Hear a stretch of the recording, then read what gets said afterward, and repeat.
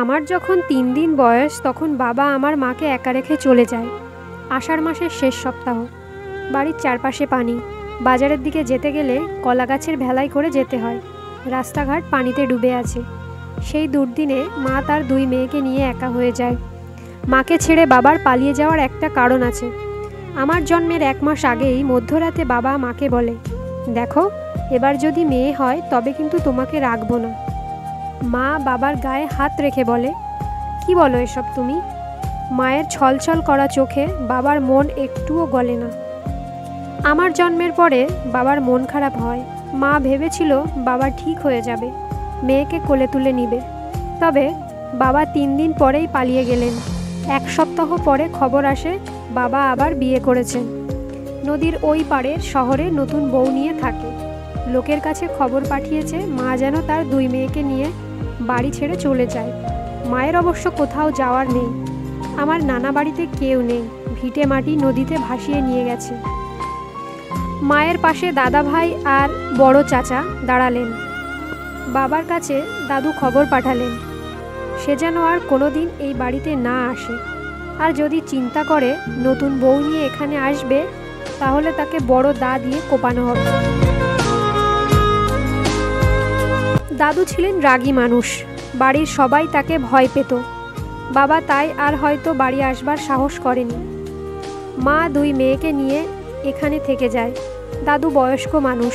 বয়সের ভারে এখন শরীর চলে না, কাজ করতে পারে না। আমার বাবা চাচাদের আয়ের একমাত্র উৎস একটা মাছ ধরার নৌকা।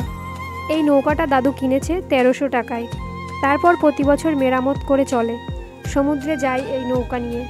আমার ২ বোন তখন ছোট, সেই থেকে মা, চাচা আর দাদুর সাথে নৌকায় মাছ ধরতে নদীতে চলে যেত। দাদু কোনো কাজ করতে পারত না, নৌকায় বসে থাকত। মা আর চাচা জাল তুলতো, সেই জাল গুছিয়ে রাখত, মাছ ছাড়িয়ে রাখত। নদীর কোন দিকে গেলে মাছ পাওয়া যাবে, কোথায় স্রোত কম বেশি দাদু সেই সব বুঝিয়ে বলতেন। বড় আপা বড় হওয়ার পরে মা আর চাচার সাথে নদীতে চলে যেতেন। আমি যেতে চাইতাম, তবে আমাকে নিত না। হয়তো ছোট মানুষ বলেই নেওয়া হতো না। তবু একবার চাচাকে অনুরোধ করলে আমাকে নিয়ে যায়। নদীতে সেবার নৌকায় বসে আমার বমি আসে। এরপর আর কখনো যাওয়া হয়নি। মা, বড় আপা, চাচা নদীতে যেত, সাথে চাচা আর একজন লোক নিত, কিংবা মাঝে মধ্যে দাদু যেত। দাদুর বয়স বেড়েছে, শরীরে শক্তি পায় না আগের মতো, তাই এখন নিয়মিত যেতে পারে না। নদীতে সবসময় মাছ পাওয়া যেত না, কিছু সময় আবার অবরোধ থাকে। পেট তো আর অবরোধ মানে না। ৯ জনের পরিবার, ৯টা পেটে খাবার দিতে হয়। সেই সময়টায় বড় চাচা মাটি কাটা দলের সাথে কাজে যেতেন। চাচার একার আয়ে পরিবারে খাবার মিটানো হিমশিম হয়ে যেত। কাছাকাছি মাটির কাজ থাকলে মা চাচার সাথে চলে যেতেন মাটি কাটার দলের সাথে। আমার বয়স যখন ১৩ বছর তখন নৌকায় চাচা আর মায়ের সাথে যাই। বড় আপার বিয়ে হয়েছে, সে থাকে শ্বশুর বাড়ি। আপার বিয়েতে বেশ কিছু টাকা ধার করতে হয়েছে, সেই টাকা মাছ বিক্রি করে পরিশোধ করতে হবে। বিকালবেলা নদী থেকে মাছ নিয়ে আসলে সন্ধ্যায় বড় বাজারে চলে যেতাম একটা হ্যারিকেন নিয়ে। মা আর আমিই যেতাম। বাজারের এক কোনায় বসে মাছ বিক্রি করতাম। সব মাছ বিক্রি করতে করতে অনেক রাত হয়ে যেত। মায়ের সাথে বাড়িতে ফিরতাম হাঁটু সমান কাদা ভেঙে। কখনো বৃষ্টিতে পেয়ে যেত। মা কলা গাছ থেকে পাতা ছিঁড়ে মাথার উপর দিত। সেই কলা পাতায় কোনো রকমে মাথা রক্ষা করে বাড়িতে ফিরতাম।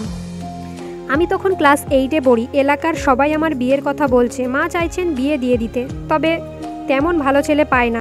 মেয়ের মা মাছ ধরে, মাটি কাটে, এসব শুনে পাত্রপক্ষ বিয়ে ভেঙে দেয়। মা নৌকায় মাছ ধরা, তার মেয়ে আর কি সংসারী হবে, এমন কথাও শুনতে হয়েছে।